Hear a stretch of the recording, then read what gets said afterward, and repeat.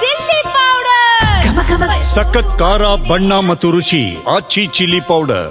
ನೇತ್ರಾವತಿ ನದಿ ತೀರದಲ್ಲಿ ನೂರಾರು ಶವ ಹೂತಿಟ್ಟ ಕೇಸ್ಗೆ ಸಂಬಂಧಪಟ್ಟಂತೆ ಪ್ರಕರಣದ ತನಿಖೆಗೆ ಮತ್ತಷ್ಟು ವೇಗ ಸಿಕ್ಕಿದೆ. ಈಗ ಎಸ್ಐಟಿ ಅಧಿಕಾರಿಗಳಿಂದ ಉಜಿರೆಯ ಖಾಸಗಿ ಕ್ಲಿನಿಕ್ಗೆ ತೆರಳಿ ಎಸ್ಐಟಿ ಅಧಿಕಾರಿಗಳು ಅಲ್ಲಿ ತನಿಖೆಯನ್ನು ಮಾಡಿದ್ದಾರೆ. ಖಾಸಗಿ ದಂತ ಚಿಕಿತ್ಸಾಲಯದಲ್ಲಿ ಅಂದರೆ ಡೆಂಟಲ್ ಕ್ಲಿನಿಕ್ ಅಲ್ಲಿ ಹೋಗಿ ಕೆಲವೊಂದಿಷ್ಟು ವಿಚಾರಗಳನ್ನು ತೆಗೆದುಕೊಂಡಿದ್ದಾರೆ, ಅಂದರೆ ಪರಿಶೀಲನೆ ಮಾಡಿದ್ದಾರೆ. SK ಮೆಮೋರಿಯಲ್ ಹಾಲ್ ಕಟ್ಟಡದಲ್ಲಿ ಈ ಕ್ಲಿನಿಕ್ ಇದೆ. SIT ಜೊತೆ FSL ವಿಭಾಗದ ಸೋಕೋ ತಂಡದಿಂದಲೂ ಕೂಡ ಅಲ್ಲಿ ತನಿಖೆ ನಡೆದಿದೆ. ಅಂದರೆ ಈಗ ಚುರುಕಾಗಿ ನಡೀತಾ ಇದೆ ತನಿಖೆ. ಎಲ್ಲೆಲ್ಲಿ ಅನುಮಾನಗಳು ಬರುತ್ತೋ, ಜೊತೆಗೆ ಏನೆಲ್ಲ ರಿಪೋರ್ಟನ್ನು ರೆಡಿ ಮಾಡಬೇಕು ಅದಕ್ಕೆ ಸಂಬಂಧಪಟ್ಟಂತೆ ಪೂರಕವಾಗಿ SIT ಅವರು ತನಿಖೆಯನ್ನು ವೇಗ ಕೊಟ್ಟಿದ್ದಾರೆ.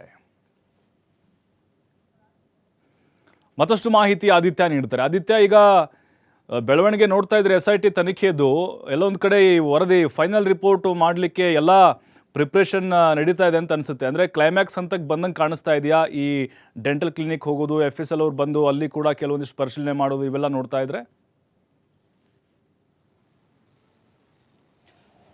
ಪ್ರಭು, ಹೌದು. ಯಾಕಂದರೆ ಇವತ್ತು ಕೇವಲ SIT ಅಧಿಕಾರಿಗಳು ಹೋಗಿದರೆ ಒಂದು ಮಾಹಿತಿಯನ್ನು ಕಲೆ ಹಾಕೋದಕ್ಕೆ ಹೋಗಿದ್ದಾರೆ, ಮಾಹಿತಿಯನ್ನು ಪಡೆಯೋದಕ್ಕೆ ಹೋಗಿದ್ದಾರೆ ಅನ್ನುವಂಥ ರೀತಿಯಲ್ಲಿ ಯೋಚನೆ ಮಾಡ್ಬೋದಾಗಿತ್ತು. ಆದರೆ ಸೋಕೋ ಮತ್ತು FSL ಟೀಮ್ನವರು ಕೂಡ ಇವತ್ತು ಉಜಿರೆಯ ಆ ಖಾಸಗಿ ದಂತ ಚಿಕಿತ್ಸಾಲಯಕ್ಕೆ ಹೋಗಿರೋದು ಎಲ್ಲೋ ಒಂದು ಕಡೆ ಈಗ ಏನು ಮೊಹಂತಿಯವರು ಕೂಡ ಮೊನ್ನೆ ಬಂದು ಆದಷ್ಟು ಬೇಗ ವರದಿಯನ್ನು ಸಿದ್ಧಪಡಿಸಿ. ಯಾಕಂದರೆ ಕಳೆದ ಕೆಲವು ದಿನಗಳಿಂದ SIT ಅಧಿಕಾರಿಗಳು ಪ್ರಮುಖವಾಗಿ ಅನೇಕ ಜನರಿಗೆ ನೋಟಿಸ್ ನೀಡೋದು, ವಿಚಾರಣೆಗೆ ಹಾಜರಾಗಿ ಅನ್ನೋದನ್ನೇ ಮಾಡ್ತಾ ಇದ್ದಾರೆ, ಹೇಳಿಕೆಗಳನ್ನೇ ಹೆಚ್ಚಾಗಿ ದಾಖಲಿಸ್ತಾ ಇರುವಂಥದ್ದನ್ನು ಗಮನಿಸಬಹುದು. ಆದರೆ ಸರ್ಕಾರದಿಂದ ಒಂದು ಸ್ಪಷ್ಟ ಸೂಚನೆ ಬಂದಿದೆ, ನಮಗೊಂದು ವರದಿಯನ್ನು ನೀಡಬೇಕು ಅನ್ನುವಂಥ ರೀತಿಯಲ್ಲಿ. ಹಾಗಾಗಿ ಮೊಹಂತಿ ಅವರು ಕೂಡ ಮೊನ್ನೆ ಬಂದು ಈ ಅಧಿಕಾರಿಗಳಿಗೆ ಖಡಕ್ ಸೂಚನೆಯನ್ನು ನೀಡಿದ್ದಾರೆ ಅನ್ನುವಂಥ ಮಾಹಿತಿ ಇದೆ. ನಿಮ್ಮ ಕಾನ್ಸಂಟ್ರೇಷನ್ ಏನಿದ್ರು ಕೂಡ ವರದಿ ಮಾಡಿ ಅಂತಿಮ ವರದಿಯನ್ನು ಸಿದ್ಧಪಡಿಸುವಂಥ ನಿಟ್ಟಿನಲ್ಲಿ ಮತ್ತು ಚಾರ್ಜ್ ಶೀಟನ್ನು ಮಾಡೋದಕ್ಕೆ ಸಲ್ಲಿಸೋದಕ್ಕೆ ಬೇಕಾದ ತಯಾರಿಗಳನ್ನು ಶುರು ಮಾಡ್ಕೊಳ್ಳಿ ಅನ್ನುವಂಥ ರೀತಿಯಲ್ಲೂ ಕೂಡ ಒಂದು ಸೂಚನೆಯನ್ನು ನೀಡಿದ್ದಾರೆ. ಅದರ ಭಾಗವಾಗಿ ಕೂಡ ಇವತ್ತು SIT ಅಧಿಕಾರಿಗಳು ಮತ್ತು ಸೋಕೋ ಟೀಮ್ ಆ ಒಂದು ದಂತ ಚಿಕಿತ್ಸಾಲಯಕ್ಕೆ ಹೋಗಿರೋ ಸಾಧ್ಯತೆ ಇದೆ. ಪ್ರಮುಖವಾಗಿ ಬಂಗ್ಲಾಗುಡ್ಡದಲ್ಲಿ ಸಿಕ್ಕಂಥ 7 ಮಾನವ ಅಸ್ಥಿಪಂಜರ ಅಥವಾ ಅದರ ಅವಶೇಷಗಳು ಏನು ಸಿಕ್ಕಿತ್ತು, ಈಗಾಗಲೇ ಅದರಲ್ಲಿ ಒಂದು 2 ಅವಶೇಷಗಳಿಗೆ ಸಂಬಂಧಪಟ್ಟ ಹಾಗೆ ಒಂದು ಮಹತ್ವದ ಮಾಹಿತಿಯನ್ನು SIT ಕಲೆ ಹಾಕಿದೆ.